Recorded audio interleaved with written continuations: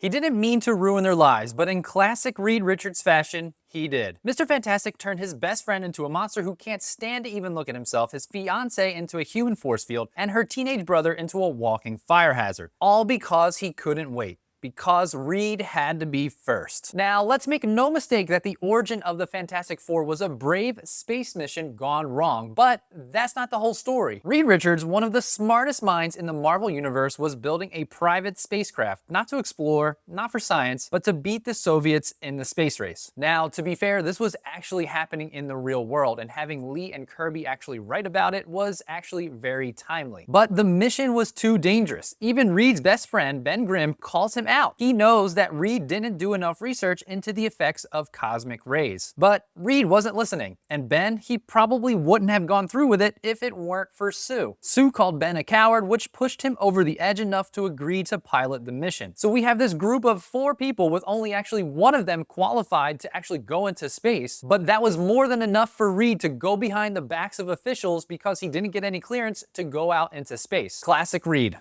Ego over everything. After they launch, as expected, the spaceship and our team of 4 get hit with cosmic rays, and the ship isn't properly shielded. Again, something Reed knew about but decided to risk everyone's lives. They crash back to Earth and are changed forever, but not without cost. Ben becomes the Thing, trapped in rock physically and mentally. Johnny becomes the Human Torch. Sue is able to go invisible and becomes the glue, trying to hold them all together, and Reed is able to stretch himself thin, literally and metaphorically, trying to fix what he broke. The hardest hit from this change was Reed's best friend, Ben. Ben hates how he looks. He walks around in disguises to avoid scaring the people around him, and this failure haunts Reed. Reed spends years, decades even, trying to reverse the effects. Some solutions work for a while, but nothing ever sticks. From that point forward, almost everything Reed does is to try and help Ben to make up for this one mistake. But here's the thing, it's not Reed's only mistake. We've got the whole negative zone thing, the Council of Reeds, and let's not forget about the Maker. So when you really start to connect the dots between all of Reed's terrible decisions, it really makes you start to wonder, is Reed Richards the worst superhero ever created? To dive deeper into that, check this video out as I answer why Reed is the worst superhero.